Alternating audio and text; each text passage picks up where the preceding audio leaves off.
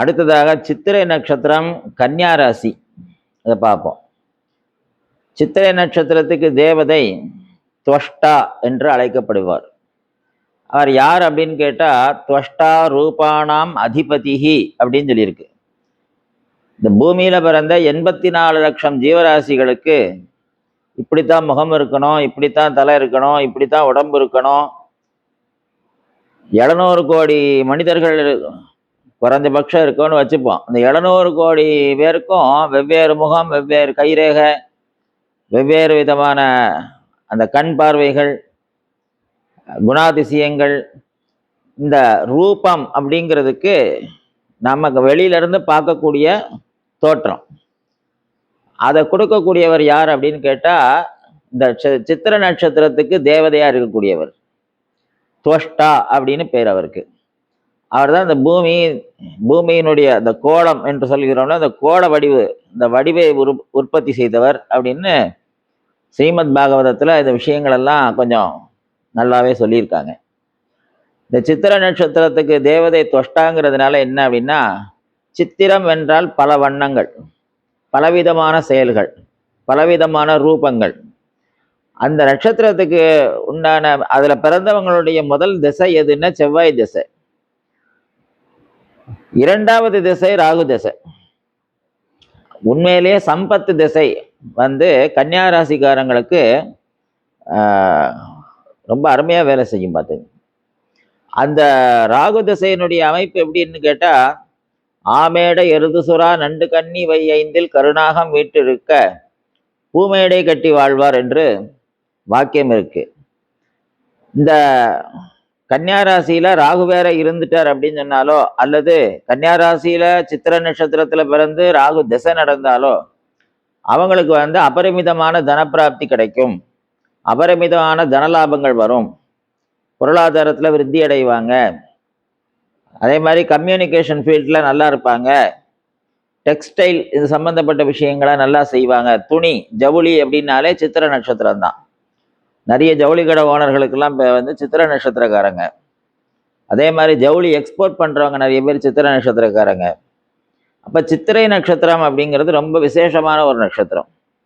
அப்போ அதில் அந்த செவ்வாய் திசை பிறந்த உடனே வரக்கூடிய செவ்வாய் திசை மட்டும் கொஞ்சம் கடுமையான ஒரு திசை. அதில் குடும்ப ரீதியாக பிறந்த குடும்பங்களில் நிறைய பாதிப்புகள்லாம் எல்லாம் இருக்கும். ஆனால் 2வதாக வரக்கூடிய, அதாவது 3 வருஷத்துக்கு மேலே, 3.5 வயசுக்கு மேலே வரக்கூடிய ராகு திசையானது அதீதமான செல்வத்தை கொடுக்கும், அந்த குடும்பத்தை வாழ வச்சிரும். 4வதாக வரக்கூடிய சனி திசை, எல்லாரும் சொல்லுவாங்க 4வது திசை சனி திசை வந்தால் அது பாதிப்பு அப்படின்னு. ஆனால் கன்னியா ராசிக்கு அது கிடையாது. 4வது திசை சனி திசை ரொம்ப உருப்படியாக, ஏன்னா பூர்வ புண்ணியத்தை கொடுக்கக்கூடிய, முன்னோர்கள் செய்த புண்ணியத்தினால கிடைக்கக்கூடிய லாபத்தை சனி திசை கொடுக்கும். ஸோ அப்போ பெரிய திசை 19 வருஷம். அப்போ 18, 3, 21 வயசு வரைக்கும், அதாவது 3.5 வயசுலேருந்து 18 வருஷம், 21 வயசு வரைக்கும் ஒரு லாபமான ஒரு அதிர்ஷ்டகரமான ஒரு திசை. அதுக்கப்புறம் 16 வருஷம், 31, 37 வயசு, அந்த 37 வயசுக்கு மேலே வரக்கூடிய 19 வருஷம் சனி திசை. அந்த சனி திசையில் முதல் அந்த 9.5 வருஷம், அதாவது அந்த மகர ராசிக்கு உண்டான பலனை அவர் செய்வார். அந்த பலனை செய்யும்போது என்னென்னா, முன்னோர்கள் செய்த புண்ணியத்தினுடைய பாக்கி என்ன இருக்கோ அதன் மூலமான தனலாபத்தையும் பொருளாதாரத்தில் விருத்தியையும் எல்லாத்தையும் கொடுப்பார். இந்த நடுவில் இருக்கக்கூடிய குரு தசை மட்டும்தான் கொஞ்சம் பாதிப்பு. அதில் நிறைய குழப்பங்கள், நிறைய அதெல்லாம் எல்லாம் வந்தாலும் கூட சனி திசை திரும்பவும் மீட்டு எடுத்துரும்.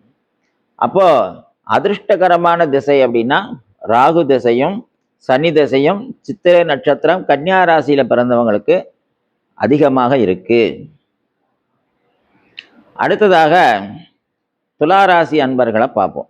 துளாராசியில் ஆரம்பிக்கும் போதே சித்திர நட்சத்திரம் 3ஆம் பாதம் 4ஆம் பாதம் இதான் ஆரம்பிக்கிறது. இந்த துளாராசியில் சித்திர நட்சத்திரத்தில் பிறக்கிறவங்களுக்கு பிறந்த 3 வயசுக்குள்ள அதீதமான தனப்பிராப்தி. அந்த குடும்பத்தில் செவ்வாய் திசை உருப்படியான திசை. ஏன்னா தன கலத்திராதிபதி நினச்சி பார்க்க முடியாத தனப்பிராப்தி அந்த குடும்பத்தில் எதிர்பாராத ஒரு பிராப்தியை ஏற்படுத்தி கொடுத்துருவார். ரெண்டாவதாக வரக்கூடிய ராகு திசை விசேஷம் கிடையாது. ஆனால் மூணாவதாக வரக்கூடிய விபத்து தாரை என்று சொல்லக்கூடிய திசையானது ரொம்ப உண்மையிலேயே அதிசயமான விஷயம். என்ன அப்படின்னா 3-6 குரு பகவான் திசை துலா ராசிக்கு அதீதமான பலனை செய்யும்னு சொல்லப்பட்டிருக்கு.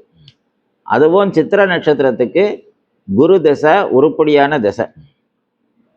இந்த குரு திசையில் அவங்களுக்கு என்ன லாபம் அப்படின்னு கேட்டால், பொருளாதாரம் மட்டும் இல்லை, அவங்க வாழ்க்கையில் அவங்க கேட்ட கௌரவம், அவங்க கேட்ட பொருளாதாரம், அவங்க கேட்ட களத்திர விருத்தி, அது மாதிரி உறவு முறைகள் முன்னால் நம்ம எப்படி இருக்கணும் அப்படின்னு நினைக்கிறாங்களோ அந்த ஸ்திதி, அந்த நிலைமை, எல்லா விதமான லாபத்தையும் தேடி கொடுத்துரும். ஏன்னு கேட்டால் பூர்வ ஜென்ம கடன் அது, அதை எடுத்து குரு பகவான் கொடுத்துருவார். அப்போது சித்திர நட்சத்திரம் துளாராசி அன்பர்களுக்கு குரு திசை அதிர்ஷ்டகரமான திசை. அது மட்டும் இல்லை, பிறந்த உடனே வரக்கூடிய செவ்வாய் திசையும் அதிர்ஷ்டகரமான திசை. ராகு திசை அவ்வளோ விசேஷம் இல்லை. அடுத்தபடியாக சுவாதி நட்சத்திரம். சுவாதி நட்சத்திரத்தில் பிறந்த உடனேயே முதல்ல ராகு திசையில் தான் பிறப்போம். 18 வருஷம், அதில் ஒரு பாதி எடுத்துக்கிட்டோம் அப்படின்னா 9 வருஷமாவது மினிமம் வச்சுப்போம். 9 வயசு தாண்டினதுக்கப்புறம் வரக்கூடிய, இப்போ தான் சொன்னேன், குரு திசை. சுவாதி நட்சத்திரத்துக்கு குரு திசையும் நல்லபடியாக இருக்கும். அந்த குரு திசையில் ரொம்ப விசேஷம்னு சொல்ல முடியாது. ஆனால் அடுத்து வரக்கூடிய சனி திசையானது வாழ்க்கையில் மிகப்பெரிய மாற்றத்தை உருவாக்கி, தாயார் தகப்பனாருக்கு அவங்களுடைய பிறந்த வீட்டு சூழ்நிலைகளை மாற்றி, இவங்க என்னவாகணும்னு நினைக்கிறாங்களோ அந்த ஒரு அதீதமான லாபம். அதாவது ஒரு டார்கெட், நான் கலெக்டர் ஆகணும்னு நினைக்கிறேன், இல்லை நான் வெளிநாடு போகணும்னு நினைக்கிறேன், நான் இன்ன விஷயங்களை படித்து சாதிக்கணும்னு நினைக்கிறேன், இல்லை நான் ஒரு ப்ரொஃபஸர் ஆகணும்னு நினைக்கிறேன், எதை செய்கிறதா இருந்தாலும் அதுக்கு துணை புரியக்கூடிய திசை எதுன்னா சனி திசை தான். ஏன்னு கேட்டால் அவர் தான் பூர்வ புண்ணியத்தை எடுத்து கையில் கொடுக்குறார். ஸ்திர கிரகம், ஸ்திர ராசி ரெண்டுமே பூர்வ புண்ணிய ஸ்தானமாக அமைகிறதுனால அவங்களுக்கு கொடுக்கப்பட்டதை யாராலையும் தடுக்க முடியாது. சனி திசை சுவாதி நட்சத்திரத்துக்கு ஒன்று கொடுத்தா அதை யாராலையும் தடுக்க முடியாது. அது வாழ்நாள் முழுக்க நிலைச்சு நிற்கும். ஸோ அப்போ குரு திசை பரவாயில்லாமல் இருக்கும். ஆனால் அதிர்ஷ்ட திசை அப்படிங்கிறது சனி திசை தான். அது எப்போ வரும்? அந்த 16, 10, 26வது வயசுக்கு மேலே கிட்டத்தட்ட 19 வருஷம். அப்போ 26 வயசுலேருந்து நமக்கு 27வது வயசுலேருந்து தான் அவங்களுக்கு லைஃபே ஸ்டார்ட் ஆகுது. ஸோ சுவாதி நட்சத்திரத்துக்கு அப்படி ஒரு உயர்வான யோகத்தை கொடுக்க போகிறது. அப்போ அதிர்ஷ்ட திசைங்கிறது அதுதான். அடுத்ததாக விசாக நட்சத்திரத்தை பார்ப்போம்.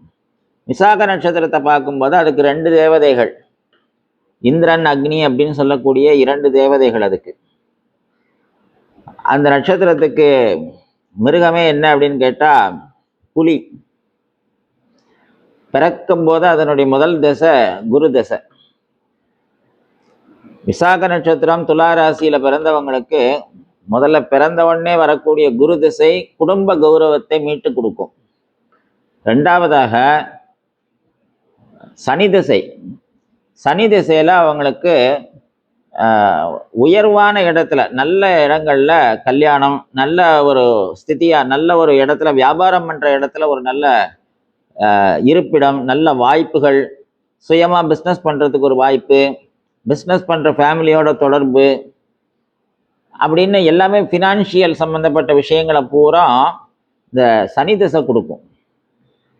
அடுத்தாப்புல வர்ற கேது திசை விட்டுட்டு அதுக்கு அடுத்து வர்ற 4வது திசையான சுக்கிர திசை, அதுதான் அங்கே முக்கியமான திசை. ஏன் அப்படின்னு கேட்டால் அவர் தான் அஷ்டமாதிபதி, அவர் தான் லக்னாதிபதி, 3வது தன கேந்திராதிபதி என்று அழைக்கப்படுகிறார். அந்த சுக்கிரனானவர் என்ன பண்ணுவார் அப்படின்னா, லக்னாதிபதியாகவும் இருக்கிறதுனால இந்த குருவோட நட்சத்திரம் விசாக நட்சத்திரமாக இருக்கிறதுனால சுக்கிர தசை டாப் கிளாஸாக இருக்கும். அதே மாதிரி எதிர்பாராத தனப்பிராப்தி ஏற்படுத்தும். கொஞ்சம் சமுதாயங்களில் பொது விஷயங்களில் கொஞ்சம் சில சிரமங்கள் எல்லாம் கொடுக்கும். ஆனால் பொருளாதாரத்திலையும் தனப்பிராப்தியிலையும் ரொம்ப ஸ்ட்ராங்காக உட்காத்தி வச்சிரும். அப்போது 2 திசை அதிர்ஷ்டமான திசை என்ன அப்படின்னா, சனி திசை ஒன்று, சுக்கிர திசை ஒன்று. அப்போ விசாக நட்சத்திரத்தை பொறுத்த வரைக்கும் வாழ்நாளில் கௌரவத்தை மீட்டெடுக்கிறதும் தனதானிய அபிவிருத்தியை ஏற்படுத்துறதும் தன் குடும்ப கௌரவத்தை நிலைநாட்டுவதுமே அவங்களுடைய தலையாய கடமை. தலைமை பதவி குடும்பத்தில் தலைமையாக இருப்பாங்க அவங்க. ஸோ அப்போ அவங்களுக்கு அப்படி ஒரு பிராப்தத்தை இந்த 2 திசையும் அள்ளி கையில் கொடுத்துரும். சரி, அடுத்ததாக விசாக நட்சத்திரம் 4ஆம் பாதம், விருச்சிக ராசி. விருச்சிக ராசி அன்பர்களை பார்க்கும்போது விசாக நட்சத்திரம் 4ஆம் பாதத்தில் பிறந்தவங்களுக்கு என்ன ஒரு யோகம்ங்கிறத முதல்ல சொல்லிடுறேன். சந்திரனுக்கு சாப விமோசனம் கொடுத்த நட்சத்திரம் எது அப்படின்னு கேட்டால் விசாக நட்சத்திரம் 4ஆம் பாதம். அவர் கொஞ்சம் கொஞ்சமாக தேஞ்சுக்கிட்டே வரும்போது அவரை பரமேஸ்வரன் தன் தலையில் தூக்கி வச்சு அவருக்கு சாப விமோசனத்தை கொடுக்குறார். அப்படி சாப விமோசனம் கொடுத்த அந்த இடம் எது அப்படின்னு கேட்டால் விசாக நட்சத்திரம் 4ஆம் பாதம். அந்த இடத்துல 3 டிகிரியில் சந்திரன் நீச்சமாகி திரும்பவும் உச்சத்தை நோக்கி கிளம்புற இடம் அதே நட்சத்திரத்தில். அப்போ விசாக நட்சத்திரம் 4ஆம் பாதத்தில் ஒருத்தர் பிறக்கிறாங்க, விருச்சிக ராசியில் பிறக்கிறாங்கன்னாலே அந்த பரம்பரையில் என்னென்ன விதத்தில் என்னென்னலாம் சாபங்கள் தோஷங்கள் யாரெல்லாம் என்னென்னலாம் பண்ணியிருக்காங்க, என்ன வேணால் நடக்கட்டுமே, என்ன குற்றம் குறைகள் என்ன இருந்தாலும் அதை நிவர்த்தி செய்கிறதுக்குன்னே பிறந்தவங்கன்னு அர்த்தம். அதை இந்த குடும்பத்தில் இருந்து விலைக்கு அதெல்லாம் கிளியர் பண்ணி அடுத்த தலைமுறையை நல்ல நிலைக்கு வாழ வைக்கிறதுக்குன்னே பிறந்தவங்க யாருன்னா விசாக நட்சத்திரம் 4ஆம் பாதத்தில் விருச்சிக ராசியில் பிறக்கிறவங்க. அப்போ அவ்வளோ உயர்வான ஒரு நட்சத்திர பாதத்தில் அவங்க பிறக்கிறாங்க. அதனால அந்த முதல்ல ஆரம்பிக்கிற அந்த குரு தசை, பிறந்த உடனே குரு தசையில தான் பிறப்பாங்க. அந்த தசை கொஞ்சம் கடினமாக இருக்கும் அந்த குடும்பத்தில், முதல் ஒரு 4 வயசு. ஆனால் அடுத்து வரக்கூடிய சனி திசையானது இருப்பிடத்தெல்லாம் மாற்றி சூழ்நிலைகளெல்லாம் மாற்றி இடமாற்றங்களை பண்ணும். 22 வயசுக்கு மேலே வரக்கூடிய, இன்னும் சொல்ல போனால் 28 வயசுக்கு மேலே வரக்கூடிய இந்த புதன் திசை அப்படிங்கிறது தான் நமக்கு ரொம்ப விசேஷம். ஏன்னா குரு திசை சனி திசை முடிஞ்சு புதன் திசையில் தான் அவங்களுக்கு லைஃபே ஸ்டார்ட் ஆகுது. ஸோ புதன் திசை ஆரம்பிக்கும் போது 22 வயசுக்கு மேலே, அதுலேருந்து 27 வயசு அந்த டயத்துக்குள்ள அன்ஃபார்ச்சுனேட், அதாவது எதிர்பாராத விதத்தில் அவங்களுடைய வாழ்க்கை முறையை மாறி இவங்க என்ன பர்பஸுக்காக பிறப்பெடுத்தாங்களோ அது எல்லாம் நிறைவேற ஆரம்பிச்சிடும். சொந்த பந்தங்களெல்லாம் இவங்க தான் காப்பாற்றணுங்கிற ஒரு பொசிஷன் வந்துடும். இவங்களால் பல பேருக்கு பல நிவர்த்திகள் கிடைக்கும். ஏன்னா இவங்க சம்பாதிக்கிறதே குடும்ப க்ஷேமத்துக்காகவும் நம்ம தன் குடும்பம் சார்ந்த நபர்கள் யாரெல்லாம் கஷ்டப்படுறாங்களோ அவங்களெல்லாம் காப்பாற்றுறதுக்காகவே இவங்க எல்லா விதமான எஃபெக்டும் போடுற ஒரு கட்டாயத்துக்கு ஆளாயிருவாங்க. அந்த சம்பாத்தியமும் வரும். அப்போ அந்த சம்பாத்தியத்தை அடிப்படையாக கொண்டு, எதிர்காலத்தை அடிப்படையாக கொண்டு பொருளாதாரம் தாறுமாறாக வரக்கூடிய ஒரு பீரியட் அப்படின்னு பார்க்கும்போது நமக்கு புதன் திசை. ஸோ 22 வயசுக்கு மேலே 27ஆவது வயசுக்குள்ள அவங்களுக்கு அது ஸ்டார்ட் ஆகி கிட்டத்தட்ட 37 வயசு வரைக்கும் அவங்களுடைய லைஃப் பெரிய லெவலில் மேலே போகும். அப்போ அதிர்ஷ்டகரமான திசை அப்படிங்கிறது புதன் திசை. அடுத்ததாக அனுஷ நட்சத்திரம். உலகத்துக்கே தெரியும், இப்போ உள்ள கலியுகத்தில் மகாபெரிவா பரமாச்சாரியால் பிறந்த நட்சத்திரம் அனுஷ நட்சத்திரம் அப்படிங்கிறது. அது சந்நியாசத்துக்கு மட்டும்தானா அப்படின்னா கிடையாது. அதிகமான புண்ணியம் பண்ணினவங்க பூமியில் எப்படி பிறப்பாங்க, அவங்களை எப்படி கண்டுபிடிக்கிறது அப்படின்னு நாரத மகரிஷி அந்த ஸ்ரீகிருஷ்ணர்கிட்ட கேட்குறாங்க. அப்போ கிருஷ்ணர் அதுக்கு பதில் சொல்கிறார், ஒன்று இந்த பூமியில் அவன் ராஜாவாக பிறப்பான், இல்லைன்னா சன்னியாசியாக பிறப்பான்னா. என்ன அர்த்தம் அப்படின்னு கேட்குறார். ஒரு ராஜாவானவன் தன் பொருளை கொண்டு பொருளாதாரத்தை கொண்டு நாட்டு மக்களை காப்பாற்றி தன் குழந்தைகளை போல அவங்களெல்லாம் பாவித்து நாட்டுக்கு நன்மை செய்யும் செயல்களை ரொம்ப பர்ஃபெக்டாக பண்ணுவான். அதே மாதிரி ஒரு சன்னியாசியும் இந்த உலகம் நல்லா இருக்கணும், பூமி நல்லா இருக்கணும், நாடு நல்லா இருக்கணும், ஜனங்கள் நல்லா இருக்கணும்னு எப்போவுமே தபசு, பூஜை, தியானம், லோகக்ஷேமத்துக்காக மட்டுமே வாழ்கிறவன் சன்னியாசி. இவங்க 2 பேரும் எப்பவும் ஒன்று சேர்ந்துருவாங்க.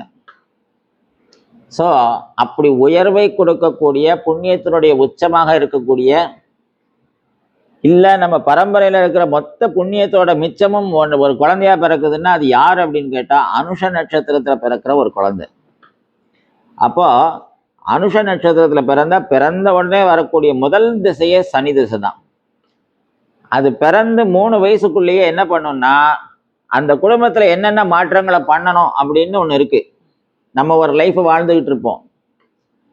அது இல்லை லைஃபு, உனக்குன்னு ஒரு வேலை இருக்குது, நீ வாழ்நாளில் இன்னதெல்லாம் பண்ணணும், அந்த குடும்பம் இந்த மாதிரி உயர்வை அடையணும், சமுதாயத்துக்கு நன்மை செய்யக்கூடிய செயல்களில் ஈடுபடணும் அப்படின்னு அந்த குடும்பத்தையே தலைகீழாக மாற்றிடுவாங்க.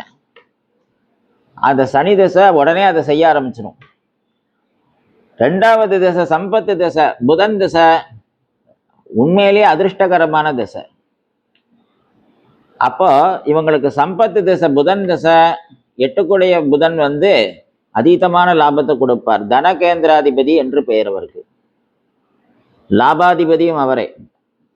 அப்போ விருச்சிக ராசி அனுஷ நட்சத்திரத்தை பிறந்தவங்களுக்கு அதிர்ஷ்டகரமான திசை அப்படின்னு எடுத்தோம் அப்படின்னா புதன் திசை. அதுக்கு அடுத்து வரக்கூடிய கேது விட்டு 4வதா வரக்கூடிய சுக்கிர திசை. இந்த சுக்கிர திசையும் புதன் திசையும் வாழ்நாளில் அனுஷ நட்சத்திரக்காரர்களுக்கு அதிர்ஷ்டகரமான லாபகரமான திசை. அதில் அவங்க முடிவு பண்ணாலும் பண்ணாட்டாலும் உண்மையிலேயே அவங்க வாழ்நாளில் என்ன ஆகணுமோ அந்த உயர்வை நிச்சயமாக அடைஞ்சிருவாங்க, அவங்க லட்சியத்தை அடைஞ்சு முடிச்சிருவாங்க. ஸோ அப்படி ஒரு பாக்கியத்தை அவங்க அனுபவிப்பாங்க. அடுத்ததாக கேட்டை நட்சத்திரம். கேட்டை நட்சத்திரத்தை பார்க்கும்போது ஜேஷ்டா அப்படின்னு பேர். அந்த நட்சத்திரத்துக்கு தேவதை இந்திரன். 33 கோடி தேவர்களுக்கும் யார் தலைவர் அப்படின்னு கேட்டால் இந்திரன் அப்படின்னு பேர். இந்திரன் அப்படிங்கிற வார்த்தைக்கு தலைவன் என்று பொருள். ஈஸ்வரஹா அப்படிங்கிற வார்த்தைக்கும் தலைவன் என்று பெயர். பதி அப்படிங்கிறதுக்கும் தலைவன் அப்படின்னு பேர். இதெல்லாம் ஜேஷ்டா நட்சத்திரத்துக்கு பொருந்தும் இந்த வார்த்தைகள். ஸோ இந்த ஜேஷ்டா நட்சத்திரத்தில் ஒரு குடும்பத்தில் ஒருத்தர் பிறக்கிறாங்க அப்படின்னா பிறந்த உடனே வரக்கூடிய முதல் திசை புதன் திசை. இந்த புதன் திசையில் அவங்க குடும்பத்தை கீழே இருந்தால் மேல்நிலைக்கு இழுத்துட்டு போயிடும். 4 தலைமுறையாக கோடீஸ்வரங்க அப்படின்னா கீழே இழுக்க ஆரம்பிச்சிடும். ஆனால் அந்த புதன் திசை முடிஞ்சு கேது திசை முடிஞ்சு சுக்கிர திசை எப்போ ஆரம்பிக்குதோ 3வது திசை விபத்து திசை என்று சொல்லக்கூடிய சுக்கிர திசை என்ன பண்ணோம்னா கேட்டை நட்சத்திரத்தை தாறுமாற மேலே கொண்டு போக ஆரம்பிச்சிடும். வாழ்நாளில் எதிர்பார்க்காத உயரத்துக்கு கொண்டு போயிடும். அவங்க நினைச்ச மாதிரி ஒரு நல்ல மனைவி, நல்ல நண்பன் எல்லாத்தையும் கொடுத்துரும். வாழ்நாள் முழுக்க எப்பவும் கையில் பைசா வச்சிருக்கிற யோகத்தோட பிறக்கிறவங்க. யார் பைசாவாவது அவங்க கையில் இருக்கும், எப்பவும் கையில் வச்சுருப்பாங்க. அந்த யோகத்தை எப்போ கொடுக்கும்? சுக்கிர திசையிலேருந்து ஸ்டார்ட் பண்ணும்.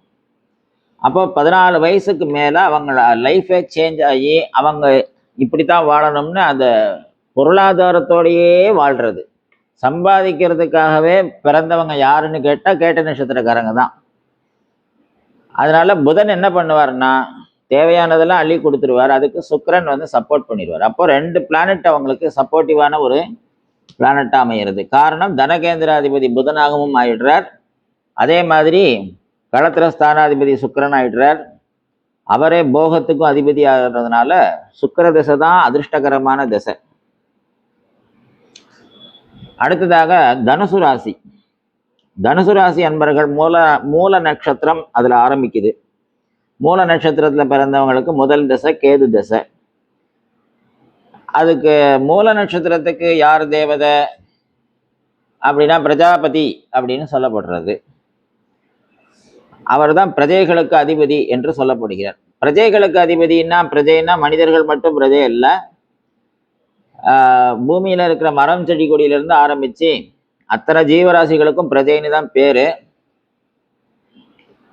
அந்த வித்துக்கள், அதாவது ஒரு விதையை போட்டால் எப்படி பூமியில் அது உயர்வை அடைஞ்சு ஒரு மரமாக வளர்றது, ஒரு மிருகமாக பிறக்கிறது, ஒரு மனிதனாக பிறக்கிறது, எல்லாம் விதையிலிருந்து வர்றது.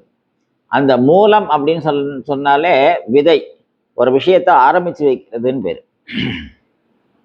அப்போ மூல நட்சத்திரத்தில் பிறந்தவங்க அந்த முதல் தசை கேது தசை மட்டும் பிறந்த உடனே அந்த ஒரு 4 வயசுக்குள்ள அவனை அந்த குழந்தையினுடைய தாயார் அந்த வம்சாவளியில் இருக்கிறவங்களுக்கு கொஞ்சம் சின்ன சின்ன பாதிப்புகள் ஏற்படும்.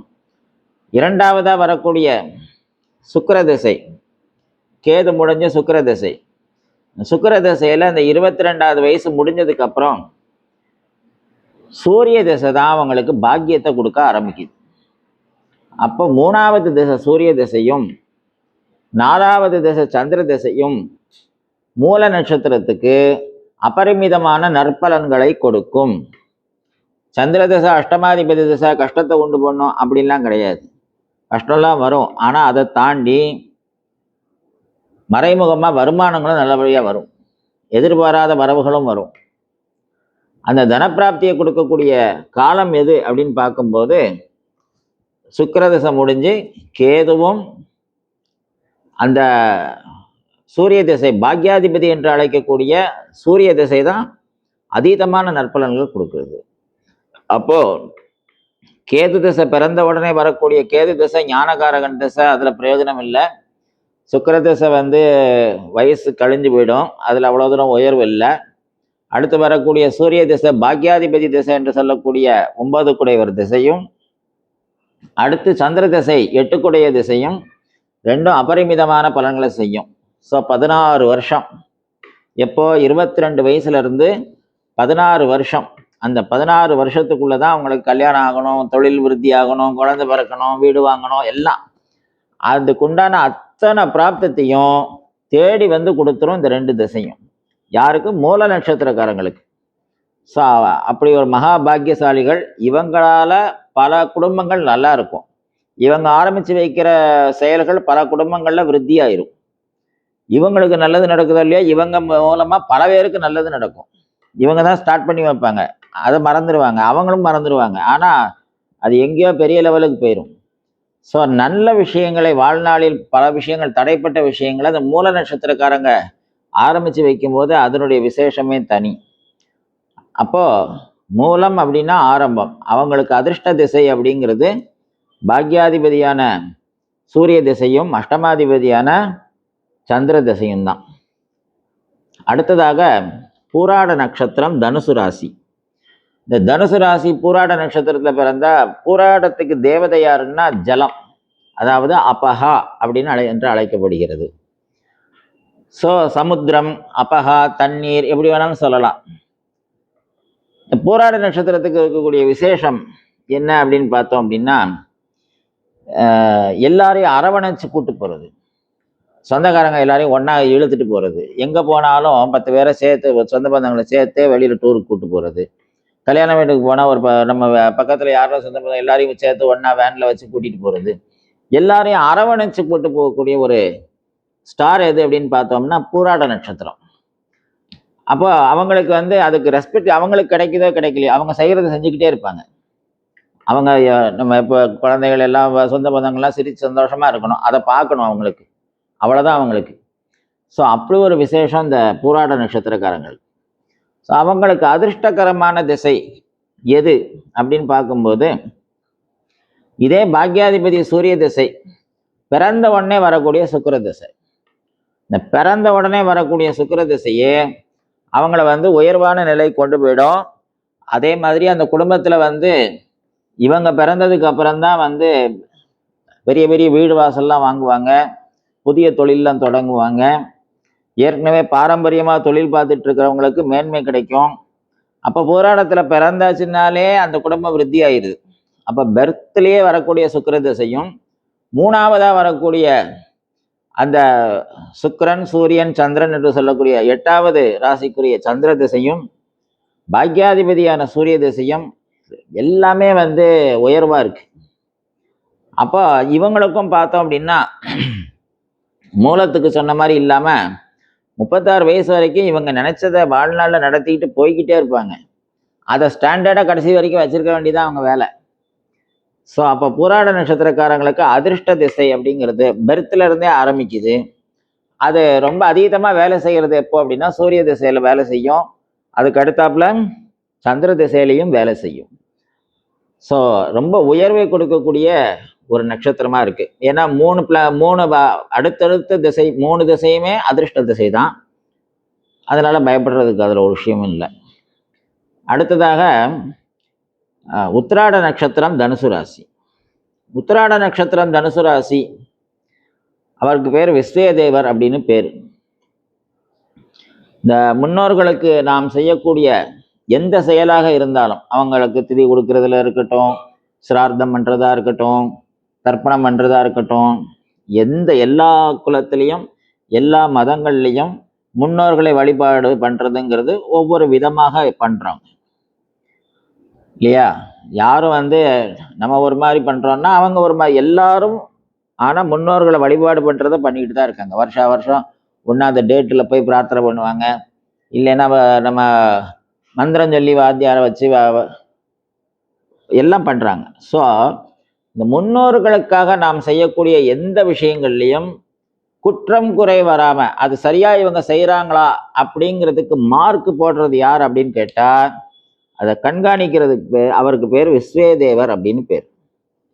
அவர் தனுசு ராசியில் 1ஆம் பாதத்தில் பிறந்தவங்களுக்கு மட்டும் என்னன்னா அதிவிசேஷம். அவங்க லைஃப்பில் உயர்வான செயலை தவிர வேற எதுவுமே செய்ய மாட்டாங்க. ஏன்னா தன் முன்னோர்கள் மேலே விசுவாசமாக இருப்பாங்க, பெற்றவங்க மேலே விசுவாசமாக இருப்பாங்க, அதே மாதிரி நண்பர்கள்ட்ட விசுவாசமாக இருப்பாங்க. இவங்களுக்கு அதிர்ஷ்ட திசை அப்படின்னு நம்ம பார்க்கும்போது பெர்த்லேயே வரக்கூடிய சூரிய திசை. முதல் திசையே பாக்கிய திசை தான். 2வது திசை சந்திர திசையை விடுத்து 3வது திசையாக வரக்கூடிய செவ்வாய் திசை, பஞ்சமாதிபதி அப்படிங்கிற பூர்வ புண்ணியாதிபதி திசை உத்திராட நட்சத்திரத்துக்கு தான் முழுசா வேலை செய்யும். ஏன் அப்படின்னா பாக்யாதிபதி நட்சத்திரத்தில் பிறந்து பஞ்சமாதிபதி திசை நடக்கும்போது இந்த பாக்ய பஞ்சமம் 2டைய தொடர்பு கிடைக்கிறதுனால உத்திராடம் 1ஆம் பாதத்தில் பிறந்தவங்களுக்கு 14 வயசுக்கு மேலே வரக்கூடிய செவ்வாய் திசை அவங்க வாழ்க்கையில் அதிர்ஷ்டகரமான திசை என்று அழைக்கப்படுகிறது. ஸோ அதனுடைய விசேஷம் சாதாரண இல்லை. நம்ம என்ன சொல்கிறது, புதுசாக இந்த நிறைய இண்டஸ்ட்ரீஸ்லாம் வருது, நிறைய அதுக்கு உண்டான வடிவமைப்புகள்லாம் பண்ணுறாங்க, பிளானிங். அதெல்லாம் யார் செஞ்சு கொடுக்குறாங்கன்னா அந்த உத்திராடம் 1ஆம் பாதத்தில் பிறந்தவங்க ஐடியா பண்ணி இந்த பிளானட் இந்த பிளான்ட் இப்படி இருக்கணும், இந்த மாதிரி ஃபேக்ட்ரிஸ்லாம் அப்படி இருக்கணும் அப்படின்னு அவங்க ஒரு ஸ்கெட்ச் போட்டு கொடுத்தாங்கன்னா மாறவே மாறாது. சிவில் இன்ஜினியரிங் படிக்கிறவங்களாம் யாருன்னா உத்திராடம் 1ஆம் பாதத்தில் பிறந்தவங்க அதிகமாக. 2வது யாருன்னா கன்னியாராசிக்காரங்க. அதில் ஃபஸ்ட்டு அப்படின்னு பார்த்தோம் அப்படின்னா இதுதான் உத்திராடம் 1ஆம் பாதம். அப்போது அதிர்ஷ்ட திசை அப்படின்னு நம்ம பார்க்கும்போது செவ்வாய் திசை மூன்றாவதாக வரக்கூடிய செவ்வாய் திசை டாப் கிளாஸாக இருக்கும். அதில் அவங்க நினச்சதை படிச்சிருவாங்க, பெரிய லெவலில் போய் உட்காந்துருவாங்க. எதிர்காலம் அவங்களுக்கு அதுதான் வடிவமைச்சு கொடுக்கும். அப்போ செவ்வாய் திசையை நம்பி எந்த காரியத்திலையும் இறங்கலாம். உத்திராடம் 1ஆம் பாதம் தனுசு ராசியில் பிறந்தவங்க. ராம் ராம்.